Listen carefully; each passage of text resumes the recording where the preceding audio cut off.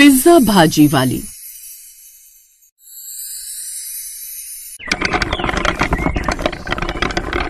किसी shopping mall के बाहर एक बुजुर्ग इंसान पाव भाजी बेचता था। दिन भर उसके पास बड़ी मुश्किल से 10-15 लोग ही पाव भाजी खाने आते थे। शाम को बहुत सारी पाव भाजी बच गई, जिसे लेकर वो अपने घर चला गया और अपने हाथों से अपनी बेटी ललिता को खिलाने लगा। बेटी ये लो, आज भी पाव भाजी बच गया, मेरे हाथों से खा लो। पापा, आजकल तो पिज्जा का जमाना है, मैं ये पाव भाजी खा खा कर बोर हो गई हूँ। बेटा, बाहर ग्राहक भी पाव भाजी नहीं खाते, तू भी नहीं खाएगी तो कैसे चलेगा। तभी वहाँ पर उसकी बूढ़ी माँ पानी लेकर आ गई।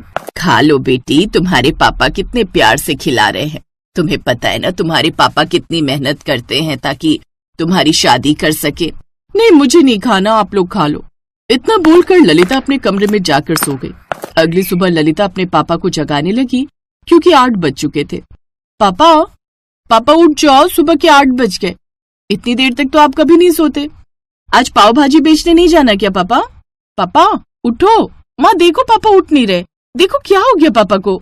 जब उसकी माँ उसके पास आई तो देखा उसके पापा ये दुनिया छोड़कर जा चुके थे। दोनों ने मिलकर उनका अंतिम संस्कार किया। अब उस घर में सन्नाटा पसर चुका था। ललिता खुद को कोस रही थी। मैं कितनी बुरी हूँ माँ, काश कल रात में पापा के हाथों से आखिरी बार पाव भाजी खा लेती। बेटी, अब पछताने से क्या होगा, अब तो हमें ये सोचना है कि हमारी जिंदगी कैसे कटेगी। मैं दूसरों के घर जाकर बर्तन मांजूंगी। नहीं माँ, जवान बेटी के होते हुए आपको दूसरों के घरों में बर्तन मांजने की जरूरत नहीं है। पापा की जगह मैं पाव भाजी बेचूंगी। उसी दिन से ललिता उसी फुटपाथ पर ठेला लगाकर पाव भाजी बेचने लगी। फिर एक रोज, आज इस शॉपिंग मॉल के अंदर जाकर देखती हूँ। शॉपिंग मॉल के अंदर पहुंची तो वहां पर बहुत बड़े बड़े लोग थे। घूमते घूमते वो पिज्जा स्टॉल के पास पहुंच गई, जहां पर बहुत ही खूबसूरत खूबसूरत लड़कियां पिज्जा बेच रही थी।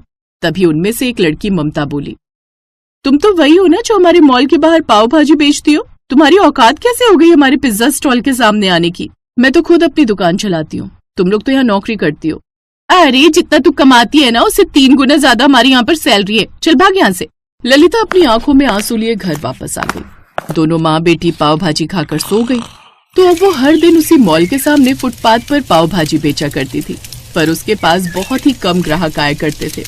एक रोज, काश मेरे पास भी इतना पैसा होता कि मेरा भी खुद का एक पिज्जा स्टॉल होता, मैं भी इन लड़कियों की तरह मॉडर्न बन पाती। लगता है मेरी पूरी जिंदगी गरीबी में ही बीतेगी। तो इस तरह किसी तरह वो पाव भाजी बेचकर अपनी जिंदगी काट रही थी।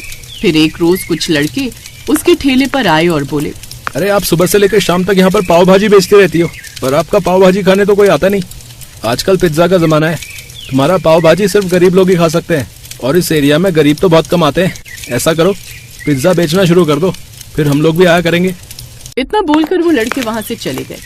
अब ललिता मन ही मन सोचने लगी, वैसे लड़का कह तो सही रहा था, लेकिन पिज्जा बनाने में तो बहुत पैसा लगता है, मुझे तो कोई उधार भी नहीं देगा, लेकिन कुछ ना कुछ तो मुझे करना ही पड़ेगा। अगले दिन वो पाव की जगह चौकोर आकार के बड़े बड़े ब्रेड ले आई। उस ब्रेड को उसने गैस पर रोस्ट कर लिया, फिर उसके ऊपर भाजी रख दी। उसके बाद उसने उसके ऊपर प्याज, शिमला मिर्च और टमाटर काट कर डाल दिए, और सिर्फ इतना ही नहीं, उसके बाद उसने उसके ऊपर चीज भी डाल दिया और दूसरी ब्रेड ऊपर से रख दी। इसके बाद उसने अपने ठेले पर एक बोर्ड लगा दिया जिस पर लिख दिया, पिज्जा भाजी वाली। कुछ लड़के फिर से उसकी दुकान पर आए। अरे ये क्या बच्चों वाली चीज शुरू कर दी तुमने? पिज्जा भाजी का नाम सुनकर ही अजीब लगता है, हमने तो ऐसा कभी कुछ नहीं सुना। तभी पिज्जा स्टोर में काम करने वाली लड़कियां भी वहाँ पर पहुँच गई। ये क्या है, पिज्जा भाजी नाम की भी कोई डिश होती है क्या? क्यों यहाँ पर लोगों को उल्लू बना रही हो? चलो लड़कों, मैं तुम लोगों को मस्त पिज्जा खिलाती हूँ। हाँ हाँ चलो चलो। सारे लोग मॉल के अंदर घुस गए। अब ललिता उदास हो गई। हे भगवान, कितनी मेहनत से दिमाग लगाकर मैंने नई डिश बनाई और लोग उसका मजाक उड़ाकर चले गए। तभी उसके पास एक 15 साल का भिखारी आया। दीदी ये क्या नई चीज है? ये मैंने नई डिश बनाई है, इसका नाम है पिज्जा भाजी, तुम खाओगे? हाँ दीदी, लेकिन मैं एक भिखारी हूँ, मेरे पास आपको देने के लिए पैसे नहीं है। अरे कोई बात नहीं भाई, कम से कम तुम पहले ऐसे इंसान हो जो मेरी पिज्जा भाजी खाने के लिए तैयार हो। ये लो और खाकर बताओ कैसा लगा।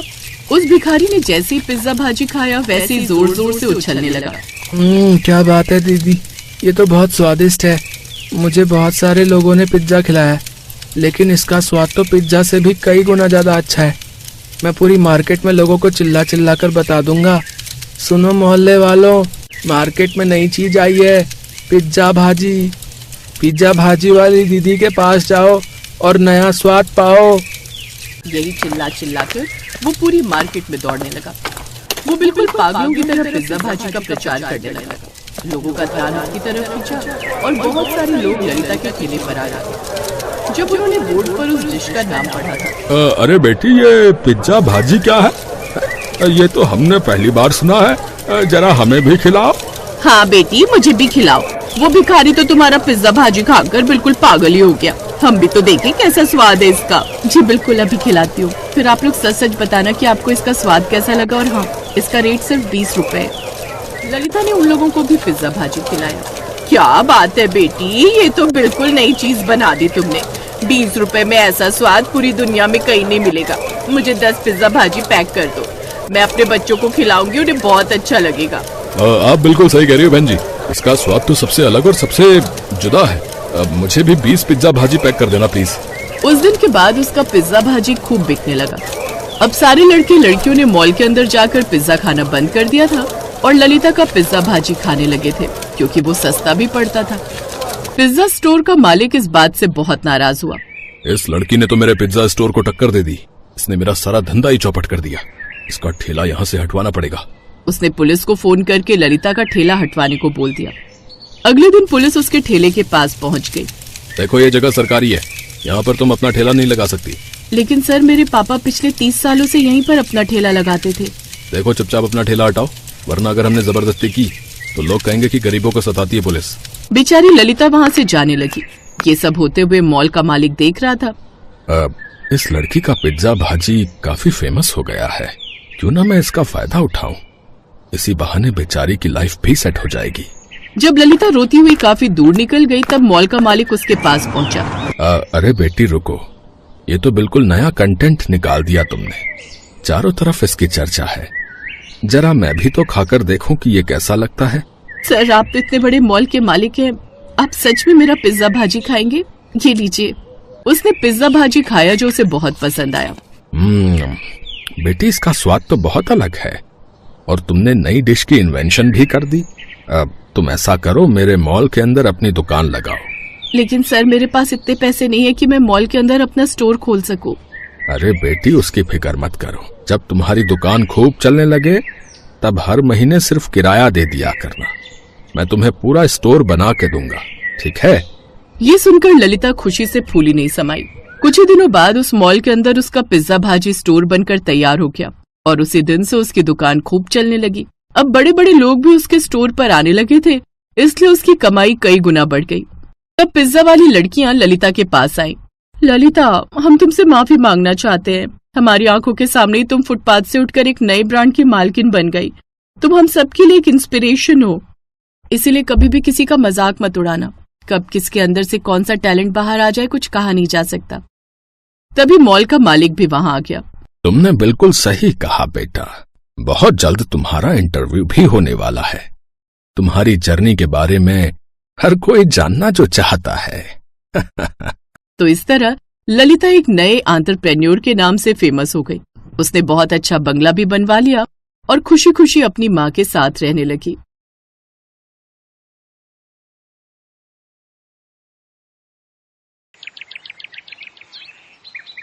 शहर के भीड़ भाड़ वाली बाजार में एक छोटी सी ठेली थी, जहां हर शाम एक महिला पानी पूरी बेचने आती थी। उसका नाम था सीमा। उसकी ठेली की खास बात ये थी कि वो 5 अलग अलग तरह के पानी पूरी बेचती थी। उसकी पानी पूरी की खुशबू पूरे बाजार में फैल जाती और दूर दूर से लोग उसकी ठेली पर पानी पूरी खाने आते थे।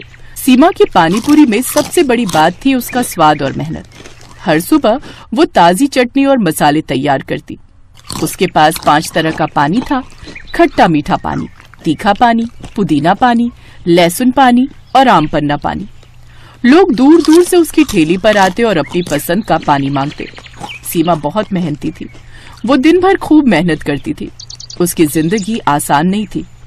उसका पति बीमारी के कारण काम नहीं कर पाता था, इसलिए घर की और बच्चों की पूरी जिम्मेदारी अकेले सीमा ही संभालती थी। सीमा जिस जगह पर अपनी पानीपुरी का ठेला लगाती थी उसके सामने एक बड़ी किराने की दुकान थी जिसे रमेश नाम का एक बदमाश आदमी चलाता था। रमेश सुमन से बहुत चिढ़ता था और अक्सर ही उसे किसी न किसी बहाने बुरा भला बोलता रहता था। इसका सबसे बड़ा कारण था सुमन की ठेली पर ग्राहकों की भीड़ लगना। ओ सुमन, मैंने तुझे कितनी बार बोला कि मेरी दुकान के पास से अपने ग्राहकों के साइकिल स्कूटर खड़े मत होने दिया कर। किसी दिन तेरी शिकायत पुलिस को कर दी तो तू ठेली लगाने लायक नहीं रह जाएगी। भैया जी, वो सफेद स्कूटी आपकी है, जरा हटा लो। ये दुकानदार ऐसे ही है, बेकार में बात बढ़ा देगा। अरे भाई, इतना भड़क क्यों रहे हो? 2 मिनट खड़ी तो की है। ये बड़ी अच्छी बात हुई। पानी पूरी तुम उसके ठेले पर खाओ और अपनी स्कूटी यहाँ मेरी दुकान के आगे रखो। हाँ, अरे हटाओ अपनी स्कूटी भाई, यहाँ से मुझे दुकान में जाने का रास्ता बनाना है। रमेश को अक्सर ऐसी ही सीमा से जलन होती थी, क्योंकि उसकी दुकान पर जितनी भीड़ नहीं जुटती थी, उससे ज्यादा लोग सीमा की ठेली पर 5 तरह की पानी पूरी खाने के लिए जमा रहते थे। रमेश की साली कविता गांव से शहर आई हुई थी।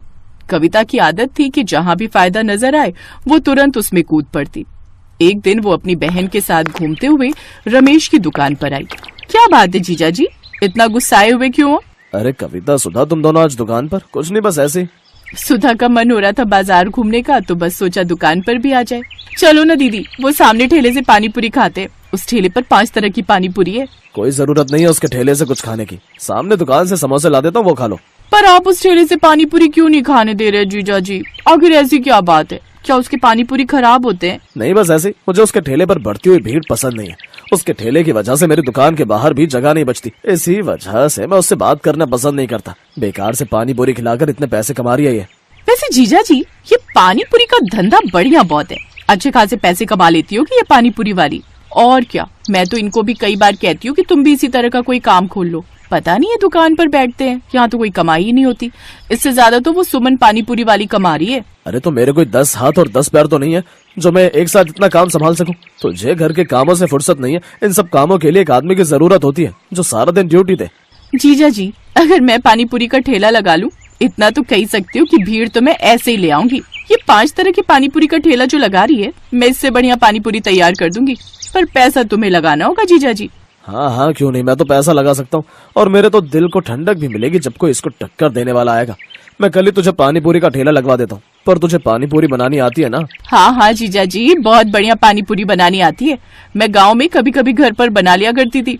सब उंगलियां चाटते रह जाते थे। कविता की बात सुनकर रमेश के मन में लालच आ जाता है। उसके मन में तो वैसे भी सुमन के लिए ईर्ष्या थी। अब कविता का साथ मिलने से उसके मन में योजना भी आ गई। अगले 2 से 3 दिन में रमेश ने कविता को दुकान के बिल्कुल बराबर में 5 तरह की पानी पूरी का ठेला तैयार करके लगवा दिया। ठेला देखने में बहुत सुंदर था, शीशे वगैरह लगे हुए थे। ठेला लोगों को अपनी ओर आकर्षित कर रहा था, क्योंकि ठेला देखने में सुंदर होने के साथ साथ पानी पूरी के रेट भी बहुत कम थे। और कविता लोगों को आवाज लगाकर सस्ते पानी पूरी के लिए लालच दे रही थी। 10 रुपए में 5 तरह के स्वाद वाली पानी पूरी, इतनी सस्ती कभी नहीं खाई होगी। आइए आइए, 10 रुपए में 5 तरह की पानी पूरी खाइए। आज ग्राहक क्यों नहीं आ रहे? अरे, ये सामने पानी पूरी का ठेला किसका है? रमेश ने अपनी साली को मेरे जैसा ही पानी पूरी का ठेला क्यों लगा कर दिया? किसी और चीज का भी तो लगा सकता था। कहीं न कहीं इसकी वजह से मेरे ग्राहक बहुत कम हो गए। अब रमेश की साली कविता की बिक्री बढ़ गई और सुमन की बिक्री पर असर आ गया।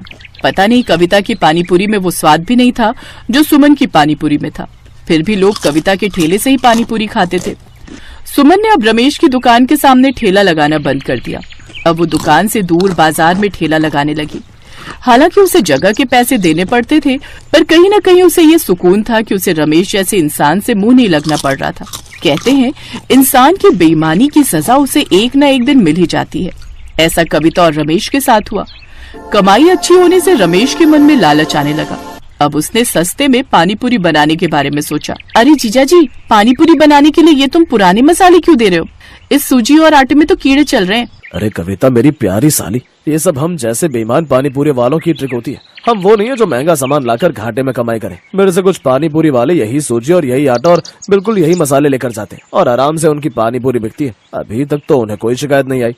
इसलिए अब हमने भी यही आइडिया अपनाया है। सस्ते घटिया मसाले और आटे से बढ़िया पानीपुरी तैयार करनी है। इसमें हमारा मुनाफा है। वैसे भी ये सब मेरे लिए बेकार है। मैं तो फेंकने ही वाला था, तो सोचा क्यों ना तेरे पानीपुरी के ठेले के लिए इस्तेमाल कर लूं। समझ में आई अब? जीजा जी, कुछ भी कहो, तुम हो बहुत चालाक। रमेश और कविता दोनों ने मिलकर घोटाला शुरू कर दिया और फिर किसी ने खबर कर दी और फूड इंस्पेक्टर उनकी चेकिंग के लिए आ गए। हमेशा के लिए कविता का पानी पूरी ठेला सील कर दिया गया।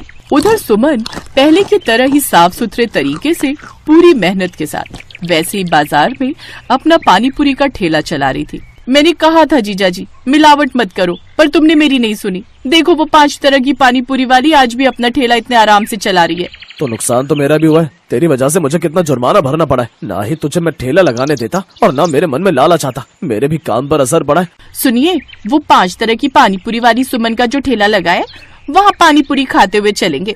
बड़े स्वाद पानी पूरी बनाती है। सुमन की तारीफ सुनकर रमेश और कविता दोनों का मुंह लटक जाता है। कहते हैं बेईमान इंसान कभी भी सफलता की ओर नहीं जा पाता और जो ईमानदार होते हैं वो हमेशा सफलता के रास्ते पर बढ़ते रहते हैं।